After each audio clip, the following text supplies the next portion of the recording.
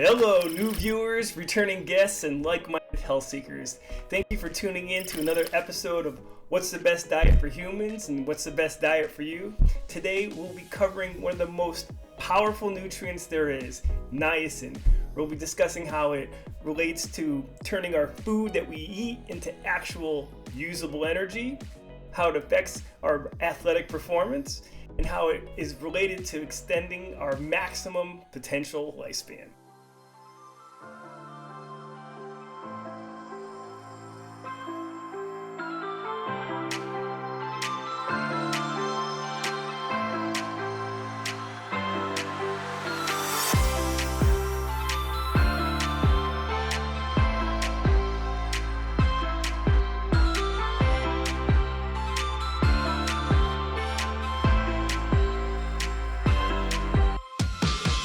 Okay, let's jump right in.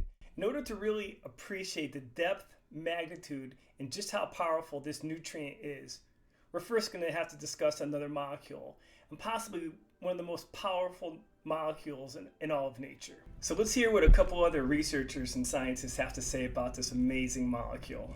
Dr. Rhonda Patrick here. Just in case you've never heard of NAD, it's probably one of the most important molecules on the planet. So important, in fact, that without it, life would cease to exist. Among its various roles and functions in our body, its main function is to take the energy that's inside the foods we eat, carbohydrates and fat. It takes the energy that's stored within the food and transfers it into a molecule our bodies could use called ATP. So again, we eat food, it gets digested, broken down. NAD is responsible for taking that energy that's in the food and transferring it into a molecule that our bodies could use called ATP. Okay, so when you're thinking or when you're watching this video or when you're eating food and it's getting broken down, or when you're running down the street, all that requires energy. We eat food, NAD transfers it to ATP, and ATP is the fuel that our bodies run on. No NAD, no ATP, no you and me. Okay, take a guess. All right, I'll help you out here. Let's think of something else our body produces. Urine, okay. So let's just say you had a jug, and throughout the day you collected all the urine your body produces and you decided to weigh it. Let's be generous. Let's just say you produced a gallon, right? That gallon is going to weigh about 7 pounds, all right? So if we produce 7 pounds of urine in a day, take a guess how much ATP it is. Nope, you're wrong. Okay, you're just not going to believe this, so I'm going to have to show you. Our bodies, just to stay alive, even if you're in bed sleeping all day, our body produces an astonishing amount of ATP. 65 kilograms. 65 kilograms. Okay, for US, 143 pounds. Our body produces 143 pounds of ATP just to stay alive. That's a whopping amount of ATP. Now, again, our body requires NAD to make ATP, so we also need a lot of NAD. Now, since our bodies need so much, we can't consume enough, so our body recycles most of the NAD that our body requires. Now, there are nutrients that we need to make new NAD, but our body just recycles most of it. Now, over time, our body just can't keep up with the demand. So, as we age, when we're young, we have nice and high levels of NAD. Our bodies are nice and youthful and have bounds of energy. And so as we age, our NAD levels start to decline, and we begin to decline. We have less energy. We start to look old. Our cells literally just don't have enough NAD to make enough ATP to keep everything going like when we were young. Knowing all this, a Harvard scientist performed a really interesting study. Now, he reasoned, if NAD levels are high when we're young and we have all this energy, can we affect NAD levels? Can we keep them from declining? Can we increase them? And that's exactly what he set out to discover. He took identical mice, treated them with a nutrient, and he got some amazing results. Let's take a look. If I give some of our mice a molecule called NMN, which raises the level of a chemical called NAD, you get hyperactive defenses in the body. These mice that we gave NMN to ran 50% further, but actually some of them ran so far that the machine, the little treadmill, stopped working. And we had to reprogram the software because this program had never seen a mouse that ran more than 3 kilometers. Like taking a 70-year-old and making them run faster than a 20-year-old further. And if we did that to humans, imagine you could have 90-year-olds winning Olympic medals. Again, these are 2 mice on a treadmill. Both are 20 months old, the equivalent of approximately 70 human years. But one has been treated with the chemical compound known as NMN. If you guessed the mouse on the right, you'd be correct. Treated mice ran on average 430 meters compared to the untreated control group, which ran 240 meters. Dr. Sinclair's research is trying to link NAD with aging. Okay, this is just truly, that was just truly amazing. But first, we need to clarify a couple things. Now, in the video, the scientists use a molecule called NMN to raise the NAD levels. Okay, well, what is NMN? Now, I mentioned earlier that most of the NAD our body requires is recycled. Now, in this diagram, you can see there's like a recycling pathway. Now, when the NAD gets used up, the byproduct is nicotinamide, NAM. Now, through a series of enzymatic reactions, that is going to get converted into NMN, and then ultimately into NAD, back into NAD. So this is where NMN comes into the picture. Okay, so NMN is a derivative of niacin. Now, these molecules in this salvage pathway, they're so similar to niacin, they're referred to as being called niacin equivalents. Okay, so now we're up to niacin. Now, as you can see from the diagram, our bodies has a built-in pathway made to convert niacin and make more NAD. Okay, let me just bring this all together so we can move on. Okay, we eat food and we take the fat and the carbohydrate and we use it as fuel. When the carbohydrates are broken down, it travels through our blood as blood sugar or glucose. We call it glucose. Now the fat also travels through the blood, and we don't call it blood fat, we call it a triglyceride. Now, in the form of a triglyceride, whether we get that fat from the food we're eating, or preferably when we're getting it from our stored body fat, that triglyceride still has to get broken down into smaller pieces so we can extract the energy out of it. Let me give you a visual so you can really grasp this and to be understandable. Okay, so ideally we've been fasting and we just got some fat from stored body fat, and it's been traveling through our blood in the form of a triglyceride, and we need to break it down further to get all the energy out of it. Let's zoom in on a section. Now we need to liberate all the energy stored in the bonds holding the hydrogen and the carbons together. To do so, it's going to require oxygen.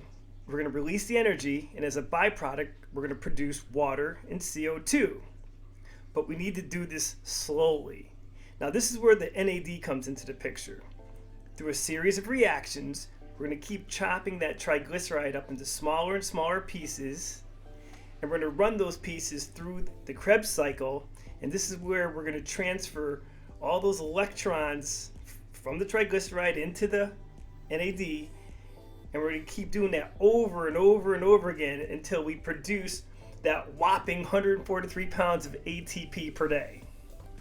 Okay, so that was all very interesting about how we make all this ATP, and we need NAD to do so, and we've seen that we could elevate NAD levels in mice, and that's great for the mice, but what about humans? Okay, in a study that was published in June of 2020, researchers conducted a study on a group of adults with onset mitochondrial myopathy. These subjects all had decreased NAD levels. This study demonstrated that niacin, vitamin B3, was capable of curing their NAD deficiencies, and they did this in 4 months. These subjects were given niacin for 4 months, and it was able to raise their blood NAD levels 8-fold. It also raised the NAD levels of their muscle up to the normal values as seen in the control subjects. This is huge. It did this in all the subjects. This is just huge, and it's truly amazing. And the wild part about this is that, this inexpensive vitamin, niacin, vitamin B3, it's been sitting on our shelves for decades. We've had this vitamin sitting on our shelves basically for decades, not knowing what it was capable of. So, this led me to want to just kind of look back a little further and a little deeper at, the history of niacin. And let me share. Okay, I'm going to give you the abridged version, but it goes like this. It's 1902. The word vitamin wasn't even conceived yet. Now, these people in the South were getting these rashes. They were getting very sick. They were getting diarrhea, hallucinating, and ultimately some people were even dying. It just wasn't good. Between the years of 1907 and 1912, 25,000 people ended up getting whatever this was, and 40% of them were dying. So the government was just, really concerned about this. So they ended up hiring an investigator by the name of Dr. Joseph Goldberg. Now this man deserves a lot of credit for all the groundwork he did to help discover what these nutrients were. Now, at the time, they began to see a pattern that rich people just weren't getting the disease. It was mostly in the poor population. And so when Dr. Goldberger was investigating this, he would actually go to places like prisons, insane asylums, and orphanages. And what he discovered, the staff would be okay, but the inmates or the orphans or the people in the hospital, those were the ones that were getting it. So what he discovered was it wasn't like an infectious disease, but it had something to do with the food supply. There was something missing in the food. Okay, long story short, through a series of experiments, he discovered foods that would cure the problem. And brewer's yeast happened to be one of them. And also, at this time now, they knew that these substances in the foods were saving people's lives, and so they were calling them vital. And they were somehow associating them with molecules that contain nitrogen called amines. So they basically just squished the two words together and started calling these compounds vital amines, until eventually they started identifying them, giving them their unique names, and that's when the word vitamins kind of was coined. Now, unfortunately, Dr. Goldberg died in 1937, so he didn't live long enough to discover that it was actually niacin. It wasn't until a few years later, and a chemist at the University of Wisconsin isolated it to be niacin. Now, even though they discovered what it was, there was still a problem. We were just entering or getting ready to enter World War II, and the president and our government officials, we realized it affected a large portion of the population, and the president was really just afraid that our nation wouldn't be strong enough to fight in World War II. So at the time, they got together with large corporations, and they decided to start fortifying our food supply with the niacin, so we would literally be strong enough to fight in World War II. So I thought that was pretty fascinating, pretty interesting. So this disease we now know it to be called pellagra, and it began in the early 1900s, and by the 1950s we eradicated it. So niacin plays a pretty interesting and integral role in our history. Another powerful benefit of niacin is its effect on our cardiovascular system. Now, back in the 1950s, before statin was even a thing, we had niacin. Studies that were done in the early 50s showed that niacin was capable of actually increasing our good cholesterol, the HDL cholesterol, lowering the LDL cholesterol, and even lowering triglycerides. Some doctors, even nowadays, will still include niacin along with statins in their treatment for cardiovascular disease for their patients. So it's still being, again, these are just powerful effects that this one inexpensive nutrient has on our system. Now, the last thing I'd like to cover as a powerful benefit of niacin is something I kind of discovered this year. I can't say I'm the one who discovered this. There's other people that are aware of this, but niacin will actually help put you into ketosis. Now, there's been, times where I've measured my ketone levels and they're kind of on the lower side, and sure enough, I'll take some niacin within like a half hour to an hour, my ketones levels will just shoot right up. Now, I'm not sure the exact mechanism of how this is happening, but from what I understand, the niacin accelerates the rate at which you're burning through glucose, and it kind of forces you to start tapping into body fat for fuel because you just burned up all your glucose. Sure enough, your body will just start breaking down more fat for fuel, and you'll see a rise in your ketone levels. So I found that pretty fascinating. If you just had a cheat day and you're trying to get back into ketosis, niacin's a good way to help get you back into ketosis faster. And if you're not a big fan of like pricking your finger and drawing blood, we sell these ketone meters. They're really convenient. You can just blow into them and it'll give you a ketone reading, and you don't have to buy anything else. No more like little cartridges or anything like that. They're inexpensive. It's like a $40 to $50 keto meter, and you'll have it for whatever. Just keep putting batteries in it. So that's a really convenient way to measure your ketone levels and not have to pick your finger every time. Well, here we are at the end of the video. Thanks for sticking around this long, and hope you found this information valuable and informative. Again, don't forget to always hit the like button, comment, and share.